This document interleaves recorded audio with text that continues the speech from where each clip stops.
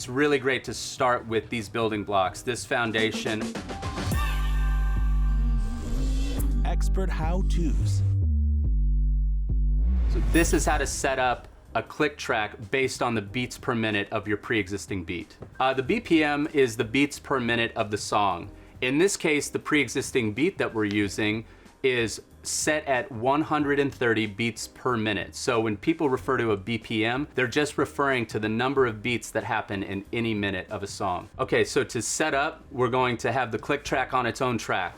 We are going to stretch that click track to the length of the song that we're going to be playing. So in this case, it's about 4 minutes. The BPM currently is set to 125. That's a default recording BPM for Reaper. And so in this particular case, our BPM is 130, so we set the session BPM to 130 to match up with the song or the pre-existing beat, which is also at 130 BPM.